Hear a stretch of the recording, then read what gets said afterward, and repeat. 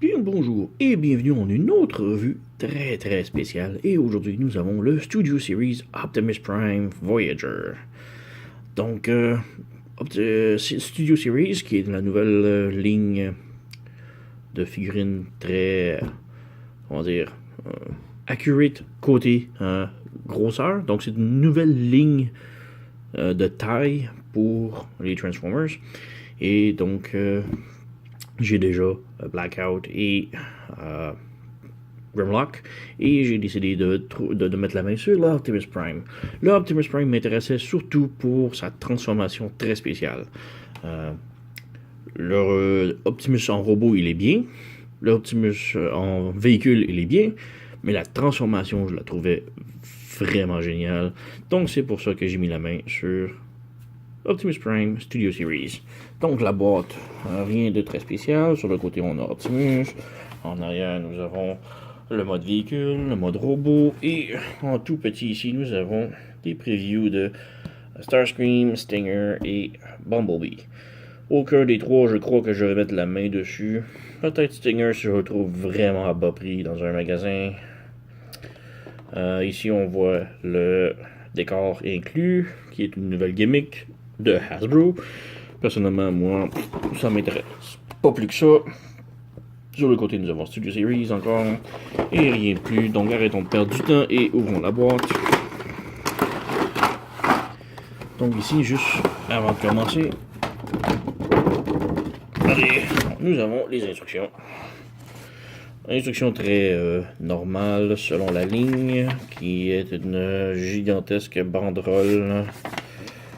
Donc,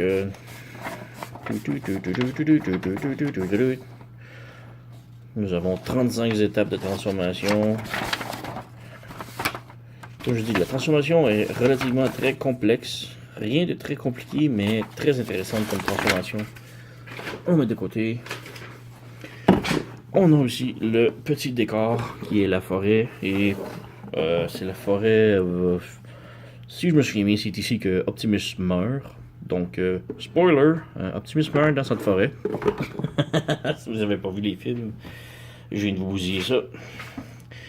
Et nous avons ici tout d'abord les épées. Les armes de Optimus sont deux superbes belles épées. Si ma caméra peut faire un focus et arrêter de me niaiser. Donc ici, ouais, deux superbes belles épées avec un beau gris métallique, un orange translucide et des petits symboles sur la lame que j'ai aucune idée ce que ça veut dire. On a la poignée ici. Et on a un petit peg ici que c'est lui qu'on se sert pour le serrer en mode robot et en mode véhicule quand il ne les a pas dans les mains. Donc ouais, les deux sont identiques mais asymétriques. Donc on met de côté et on sort la figurine et on jette. Voilà, un petit focus. On règle la caméra. Voilà. Et comme je disais, on a Optimus ici vraiment bien. Personnellement, en mode robot, les trucs qui me dérangent sont sa poitrine ici. Je la trouve très large comparé à d'autres Transformers de Optimus. Je trouve que la poitrine un petit peu trop large à mon goût. Les roues ici sont aussi très larges, prennent beaucoup de place et malheureusement on ne peut pas les mettre comme que l'on veut. Et un autre truc, c'est l'articulation des chevilles qui est très lousse. Donc la figurine a vraiment de la difficulté à tenir debout. Je sais pas si c'est juste moi, mais ouais. On a ici, en sortant de la boîte, transformation des roues ici qui est comme ça. Juste lever la roue en arrière et fermer ça ici, comme ça. Donc on lève celle-ci, on la met en arrière complètement et on ferme ici. Juste pour nettoyer un petit peu les jambes. Ce qui fait très bien. Articulation, la tête est sur un ball joint, donc on a articulation complète de la tête. Les bras, on peut les rotater 360 degrés. On a une articulation ici et l'épaulette qui peut bouger pour céder la place un petit peu pour donner plus de range. On a une autre rotation en haut du biceps. On a un coude ici 90 degrés et le poignet peut pivoter également. La taille peut tourner mais les roues s'accrochent avec le backpack un petit peu. Donc, juste faire attention. Les jambes peuvent faire la split à ce point et avancer et reculer à ce point. Donc, il n'y a pas de problème pour ça. Et si on est capable, malgré la cheville qui est quand même lousse, la figurine. Bon, j'allais dire qu'elle tenait, mais comme je dis, la cheville est relativement très lousse. Donc, faire attention ici. Si on lève ici le petit flap du genou, nous avons rotation en haut du genou. Le genou peut plier plus que 90 degrés. La cheville pivote haut et bas et peut aller gauche et droite. Donc, articulation quand même relativement complète. On peut lui mettre ses armes. Ça va après son autre main ici. On la rentre par en dessous. Et on ferme comme ça. Donc, c'est comme si l'arme sortirait de son capot ici. Un petit peu comme le film. Et si vous ne voulez pas lui mettre dans ses mains, ici, le petit peg sur le couteau peut venir se brancher en haut ici, à un de ces deux endroits. Donc, on le branche comme ça. Petite mention aussi, les tanks devraient se mettre plus en diagonale comme ça ici pour respecter le film, qui sont en diagonale. Donc, nous avons Optimus en mode robot ici. Comme je dis, quand même plutôt bien, une figurine. Petite comparaison avec le Voyager Optimus Prime Last Night, juste ici. Un autre que je trouve qui fit bien avec est le Evasion Prime, juste ici. Comme vous voyez, il est quand même un petit peu plus petit que les deux autres, une tête environ. Autre figurine de Prime, j'ai ici le Nemesis, mais je crois que celui-ci était du deuxième film, je suis plus certain. J'ai pas l'Optimus, j'ai juste la version Nemesis.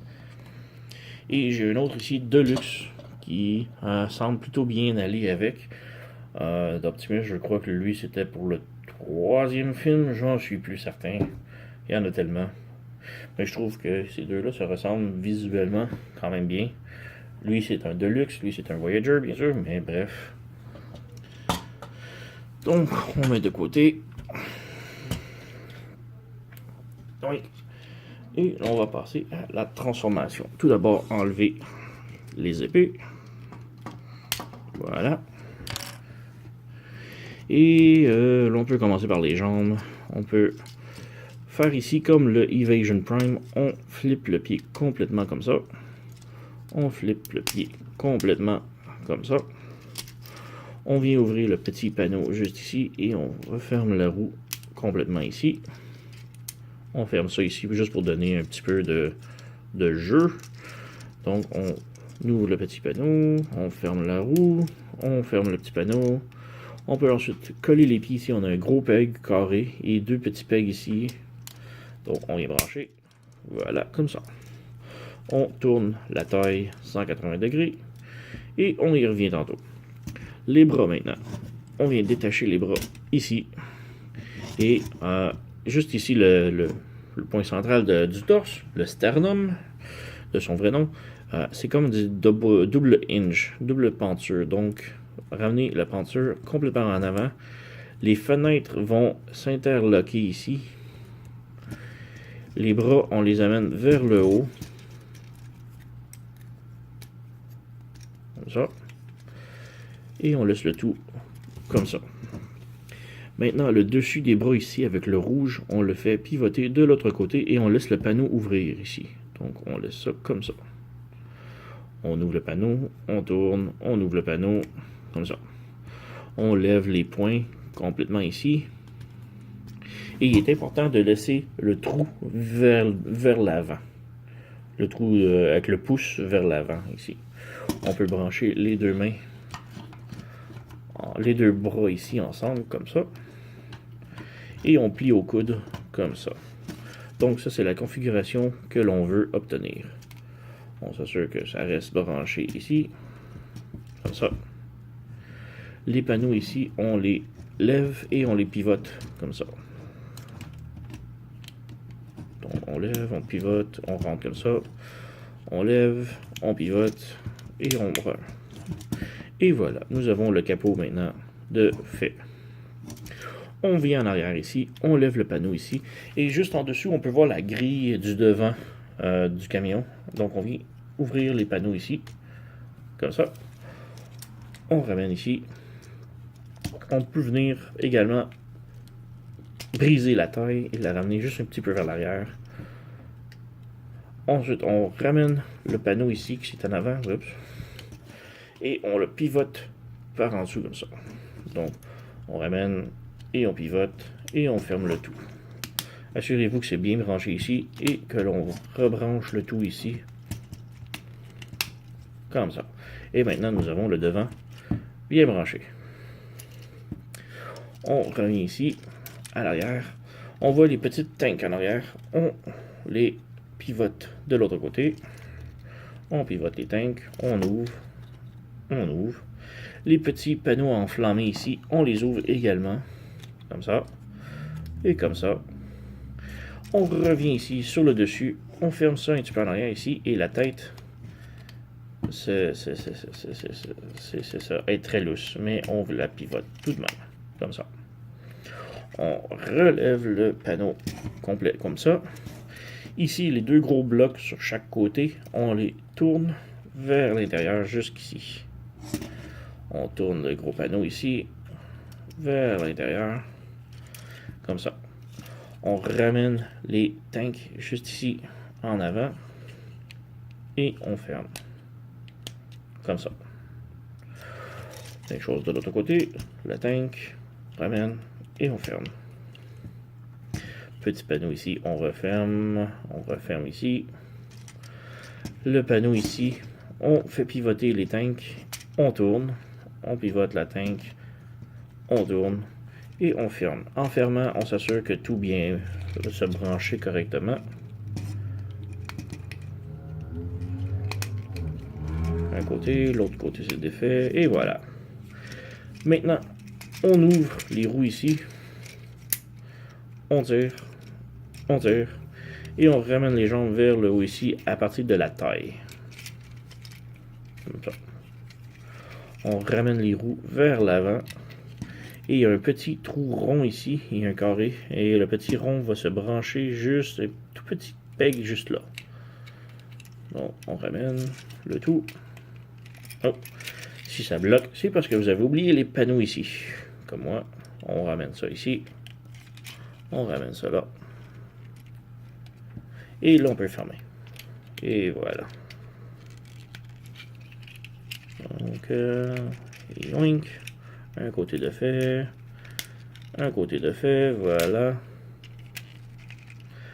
Et maintenant, on peut fermer les petites tanks. Et juste ici, on a un petit peg là. Et un trou là qu'on vient fermer ici. Donc, de l'autre côté, on s'assure que tout est bien fermé, que tout est bien ajusté. Ici, j'ai un petit problème. OK.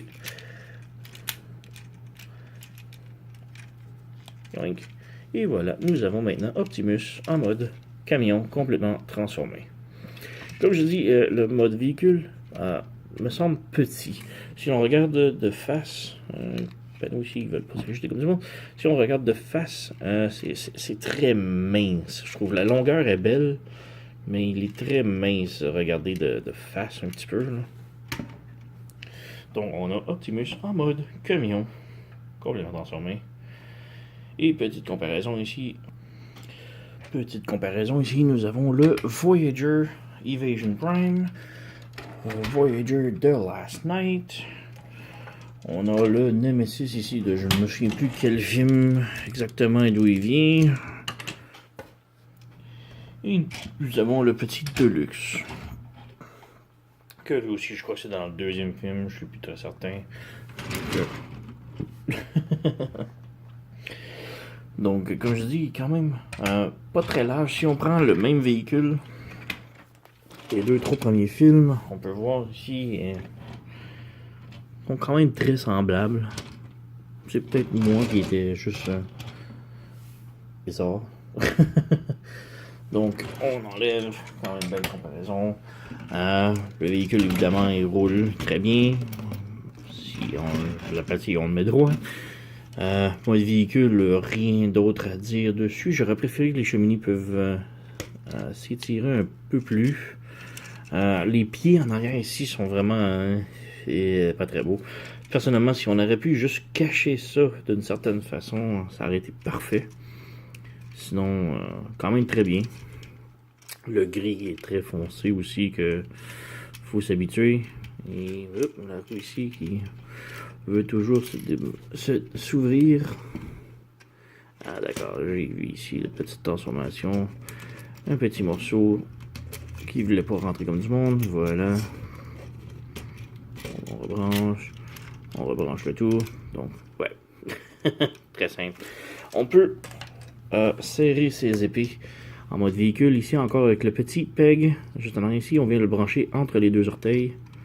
Donc, on peut brancher les épées ici. Comme cela. Ou inverser, vice versa, c'est comme vous voulez. Mais bref, nous avons quand même du storage. Donc, rien d'autre à mentionner pour le mode véhicule, c'est tout.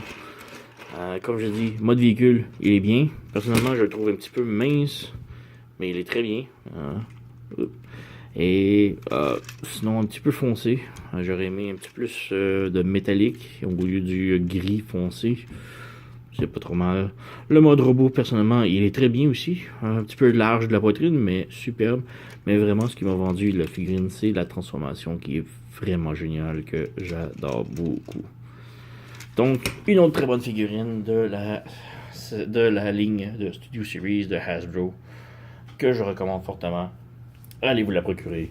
Il y a Blackout et Grimlock également, qui sont vraiment géniales. Donc, ouais. Bien, c'est tout. Donc, merci d'avoir écouté et à la prochaine.